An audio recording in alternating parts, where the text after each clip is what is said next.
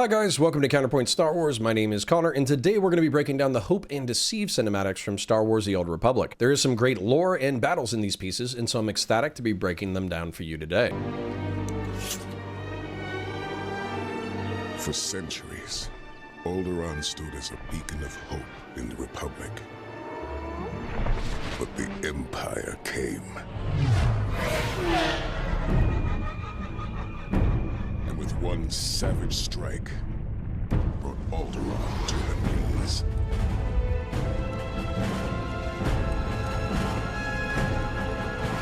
Now, time is running out, as few are left to face the enemy.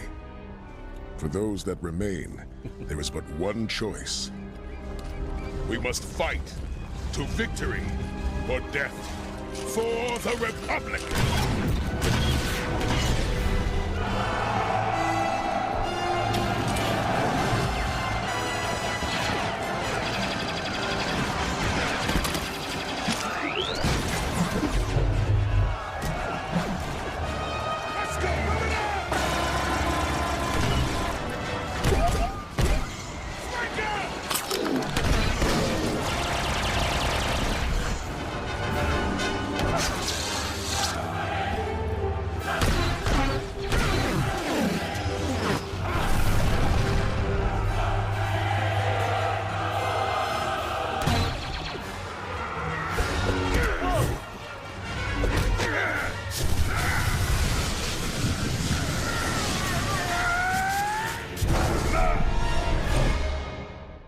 Jace Malcolm fled Korriban as a corporal, but his tenacious attacks on Sith forces saw him climbing the ranks quickly. Malcolm was recruited to the Republic Army Special Forces and given command of Unit 236, soon known as Havoc Squad. They launched daring raids into Sith-controlled space, sabotaging critical infrastructure and eliminating high-value targets. Captain Malcolm was on Alderaan when Sith forces attacked. Darth Malgus had drawn the Republic fleet away in a feint, meaning that the captain was once again facing the tip of the spear of the enemy. Rather than retreat, Unit 236 launched a guerrilla campaign using hit-and-run tactics to maximize Sith casualties. When Captain Malcolm learned that Darth Malgus marched for Alderaan's capital, he made it a point to ambush him on the outskirts. Alderaan was one of the jewels of the Galactic Republic and one of its 5 founding planets. Coruscant was a planetary city, Corellia was an industrial hub, Alderaan by comparison was the center for arts, philosophy, and politics. The first human colonists to Alderaan found abandoned alien cities that were built into the landscape. This, coupled with Alderaan's natural beauty, engendered a culture where Alderaanians believed they were caretakers of the planet rather than its rulers. This sense of stewardship led them to build their cities to blend into the planet's geographic formations rather than in juxtaposition to them. This culture that bends towards harmony meant that Alderaan had a long history of hosting great thinkers and politicians who went into the galaxy trying to replicate that justice and peace. This did not mean that Alderaanians were pacifists, though, and the ruling houses trained in warfare as much as any other. This meant that the Sith invasion was met with blaster fire by House Organa as often as it was met with diplomatic emissaries from House Thule. In the name of the Republic, to victory or death, Captain Malcolm blasts the Sith and even goes toe-to-toe with them. It is this tenacity that gained his unit a fierce reputation. Unit 236's war cries bellow as they cut down droids, troopers, and Dark Force users with blasters and explosives. The Old Republic troopers wear armor inspired by the Mandalorian Wars, and an echo that will reverberate into the clone troopers millennia later. While initially successful, the Sith are able to counterattack. This is 2,500 years before Darth Bane's rule of 2, and so the Sith actively recruit Force users and train them in the dark side of the Force, a mirror image to the Jedi. The troopers are undeterred as they cut them down with blaster fire, and Malcolm even fires blaster cannon bolts into the Sith line. While Captain Malcolm is not a Force user, he seems to have a Force resistance. He is able to charge, tackle, and knock out several low-level Sith, and is even able to withstand a lightning blast from Darth Malgus before passing out.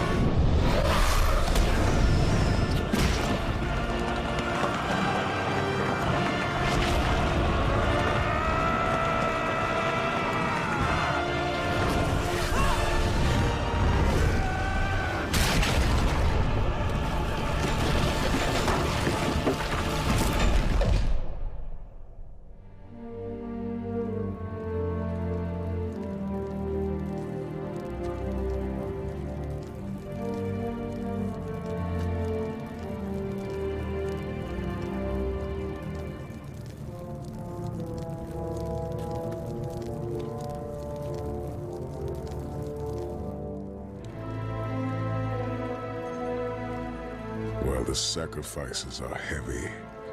We fight knowing that a single spark of courage can ignite the fires of hope and restore peace across the galaxy.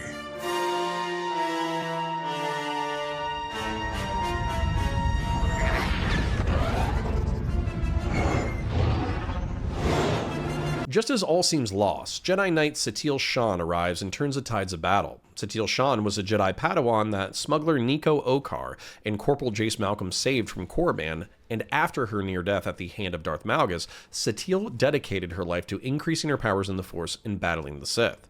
Where Satele was once Darth Malgus' prey, they are now rivals. Just as Darth Malgus gains the upper hand, Malcolm charges in, tackles the Sith Lord, and explodes a thermal detonator in his face. Whether it was the Dark Lord or Satele who minimized the blast, the captain is blown clear but still alive. Darth Malgus, stunned by the blast, is then force-pushed into a rock outcrop and then slammed in with a wave of the Force. Darth Malgus is severely wounded in this battle, vital organs are shattered, and he requires a respirator machine to survive going forward. The Republic fleet returns to break the siege, a major if costly victory for the Republic.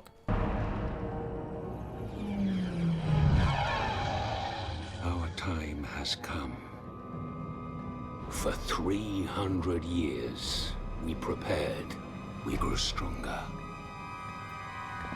While you rested in your cradle of power, believing your people were safe and protected.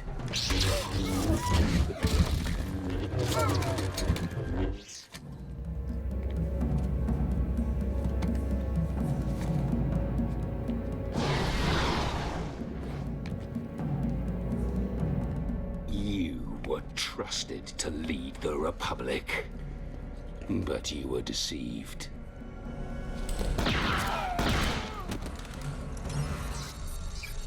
As our powers of the dark side have blinded you.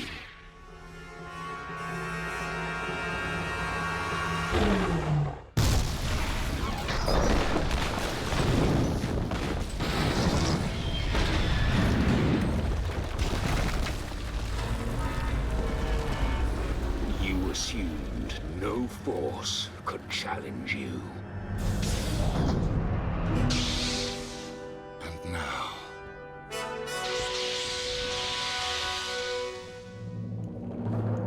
finally, we have returned.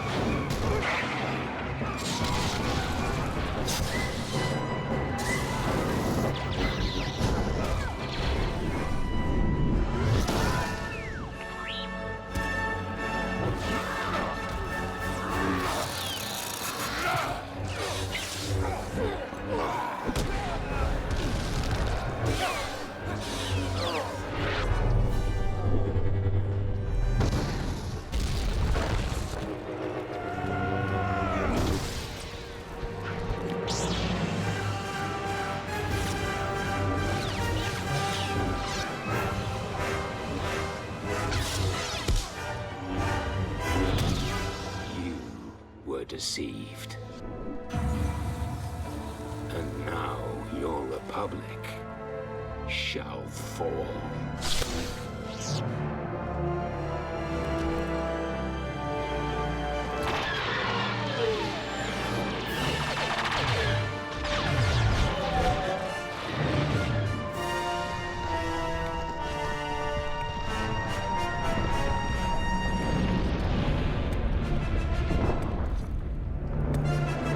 Darth Malgus approaches the Jedi Temple, referring to the rebellions of the Dark Jedi Revan and Malak as true Sith incursions against the Republic. This is interesting because they were both pawns of the Sith Emperor Lord Vitiate, who used them to weaken the Jedi Order in preparation for his own invasion. Regardless of how it's perceived, Darth Malgus is a part of the true vanguard of the Sith Emperor, sent to humble the Jedi where they are strongest. Darth Malgus and his Twi'lek paramour, Elena Daru, enter the temple, cutting down guards as they do so. Mandalorian Shae Vizsla enters the temple via a ventilation duct to infiltrate the security system and bring down the planetary shields, allowing a full-scale Sith invasion. Sith seem to have a flair for the dramatic and crash a Republic transport filled with Sith warriors into the temple. The warriors charge into the Jedi, fully aware that this brazen attack may result in their death, but their cause of vengeance will be fulfilled. Darth Malgus duels Jedi Master Ven Zalo, and despite some incredible moves by the Jedi, overcomes and slays him. The Mandalorian and Sith warriors also push back the Jedi as the Sith fleet breaks over Coruscant, assuring a Sith victory. But not always as it seems. This invasion was launched simultaneously to peace negotiations conducted on Alderaan.